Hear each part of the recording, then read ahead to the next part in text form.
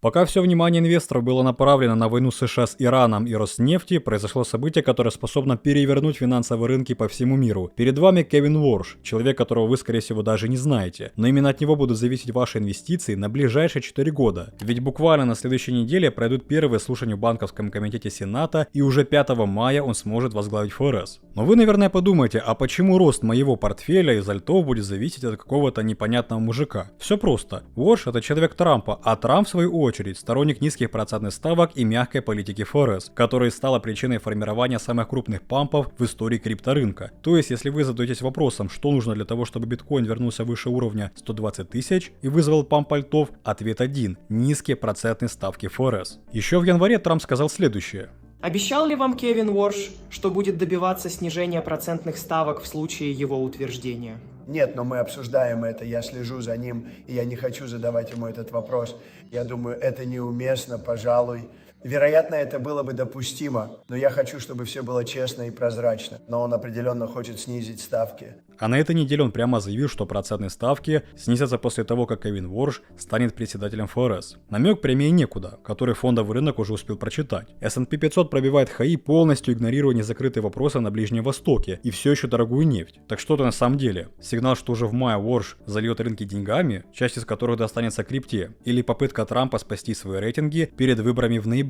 Сегодня, друзья, это и разберем. Я вам расскажу, кто такой Уорш, почему Трамп хочет сделать его главой ФРС, сделает ли он первое снижение ставок сразу после прихода в мае и как это отразится на крипторынке. Ведь если вы инвестируете в крипту или собираетесь инвестировать в этот рынок, вам 100% стоит понимать, как будет развиваться политика ФРС после смены руководства. Перед просмотром обязательно жмите лайк. Сейчас непростые времена и крайне нужна ваша поддержка, а также пишите комментарии. $10 за комментарий под прошлым видео забирает этот зритель. С вами Влад, мы начинаем. Итак, друзья, сначала я бы хотел сказать пару слов про Иран, потому что сейчас все как будто бы идет к тому, что конфликт просто поставят на паузу, как это было в прошлом году. Трамп в очередной раз заявил, что война почти завершена. Скажу так, война в Иране идет как по маслу. Мы можем делать все, что захотим.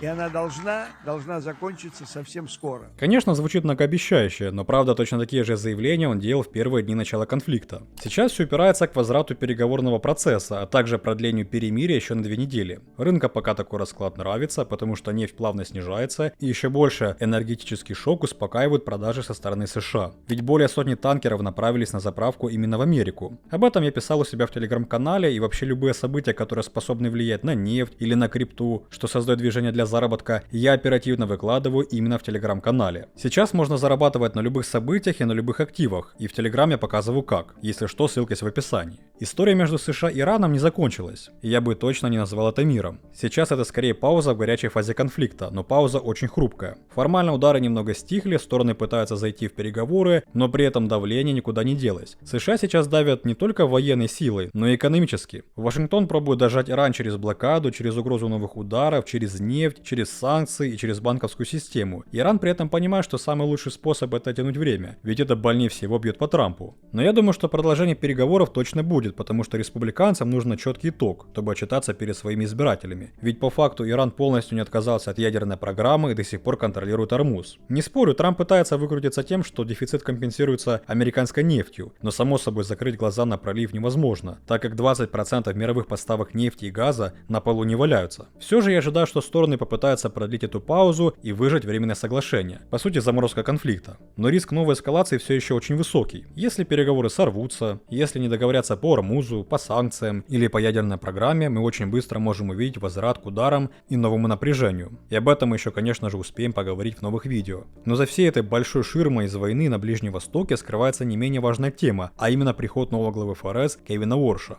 Ни для кого не секрет, что Трамп миллион раз критиковал Пауэлла и недавно заявил: Этот парень плохой председатель, очень плохой председатель. И я был удивлен, когда Байден продлил его полномочия, честно говоря, но он это сделал. Процентные ставки должны быть гораздо ниже, чем сейчас. И вы думаете, они снизятся в конце этого года? Когда Кевин придет, думаю так.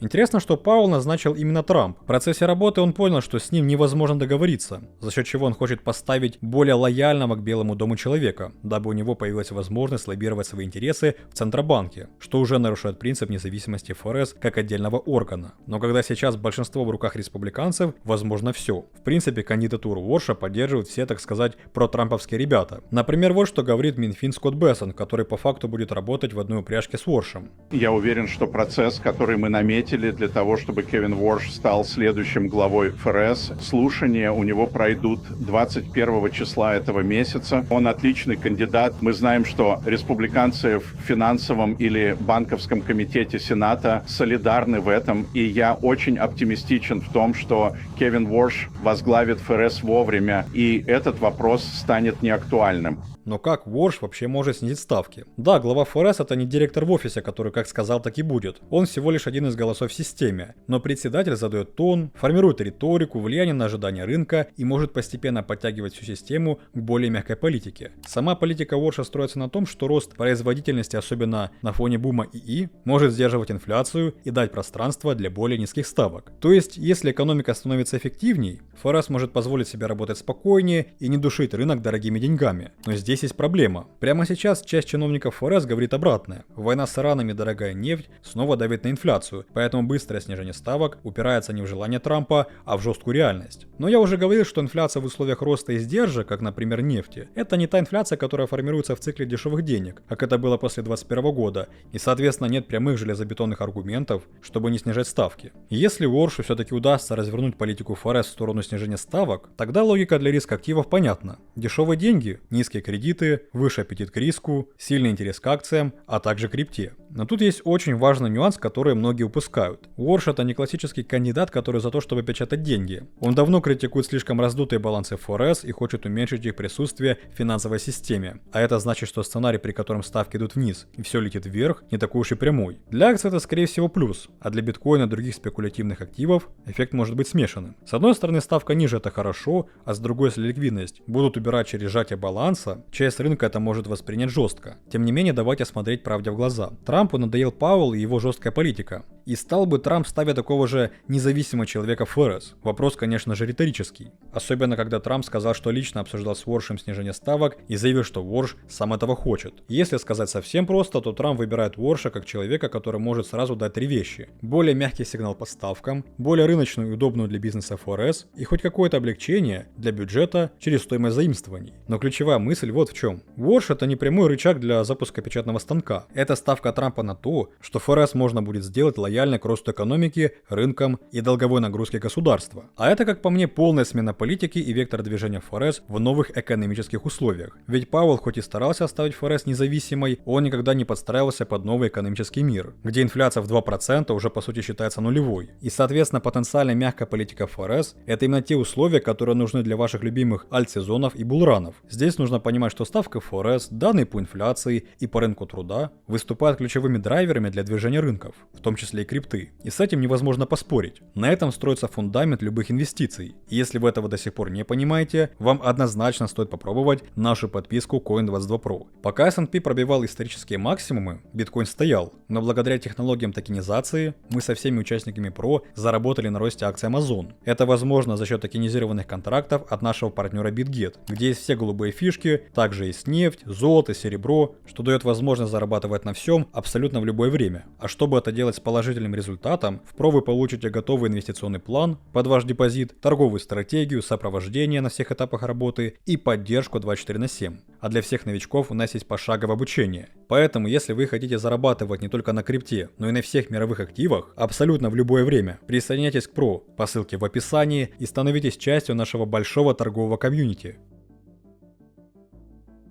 Также, друзья, новый глава ФРС нужен Трампу не просто чтобы снизить ставки и запампить рынки, но еще для того, чтобы немного снизить госдолг, который уже превышает 39 триллионов долларов и не спешит останавливаться. Это долг, который реально держит рынок, то есть тот самый долг, по которому важны доходности, спрос на облигации и политика ФРС. При этом, по последним данным, ожидается, что дефицит бюджета в 2026 году составит около 1,8 триллионов долларов или 5,8% ВВП, а к 2035 году чисто процентные расходы по долгу могут дойти примерно до уровня 2 триллиона триллиона долларов в год. То есть проблема уже не в том, что долг большой, проблема в том, что его обслуживание начинает само разгонять новый долг. И вот здесь многие ошибаются. Многие думают, что если ФРС начнет снижать ставку, то госдолг сразу начнет падать. Это не так. Низкие ставки не уменьшают размер долга автоматически. Они уменьшают скорость, с которой долг растет, потому что государство платит меньше процентов при новом размещении и перекредитовании старых бумаг. Сейчас у облигаций средняя срочность рыночного долга около 70,5 месяца, то есть почти 6 лет. Это значит, что долг не переоценивается весь сразу, за один день. Эффект идет постепенно, по мере того, как старые дорогие облигации погашаются и заменяются новыми, более дешевыми. Если говорить простым языком, то получается так. Чисто в теории, если бы ставка по всему рыночному долгу США вдруг стала ниже на 1 процентный пункт, экономика могла бы быть около 313 миллиардов долларов в год. Но в реальности так не бывает именно потому, что весь долг перезаливается одновременно. Поэтому правильнее будет так. Каждый 1 триллион долга, который удалось перекрыть на 1 процентный пункт, это примерно 10 миллиардов долларов экономики в год. Каждый 5-й триллион уже около 50 миллиардов. И вот это уже реальные деньги, которые замедляют рост дефицита. Но важный нюанс в том, что ФРС может давить вниз короткие ставки, а длинной доходности рынок все равно может держать высоко, если инвесторы боятся инфляции и нового огромного выпуска облигаций. Рейтерс пишет, что рынок ждет более крутую кривую. Короткий конец может смягчаться, а длинный оставаться тяжелым из-за больших заимствований и инфляционных рисков. То есть для Трампа и Уорша здесь все понятно. Им не нужен красивый показатель, а снижение давления на бюджет, потому что уже сейчас облигации показывают 623 миллиарда долларов процентных расходов в 2026 году по средней ставке по долгу около 3,3%, а за первую половину этого года он все равно может составить около более 1 триллиона долларов. Даже если ставки пойдут вниз, то это не решит проблему одним ударом, но даст правительству более дешевое рефинансирование, а также чуть более мягкие условия по новому долгу и, соответственно, меньше ускорение долговой спирали. То есть низкая ставка — это не лекарство от госдолга, а скорее временное обезболивающее, которое дает финансовой системе время, что в принципе неплохо. А теперь про биткоин, который также может внести свою лепту в снижение госдолга при снижении ставок ФРС. Биткоин-резерв США уже оформлен указом Трампа, но он создается не за счет новых покупок на деньги налогоплательщиков, а в первую очередь за счет уже конфискованных государством биткоинов.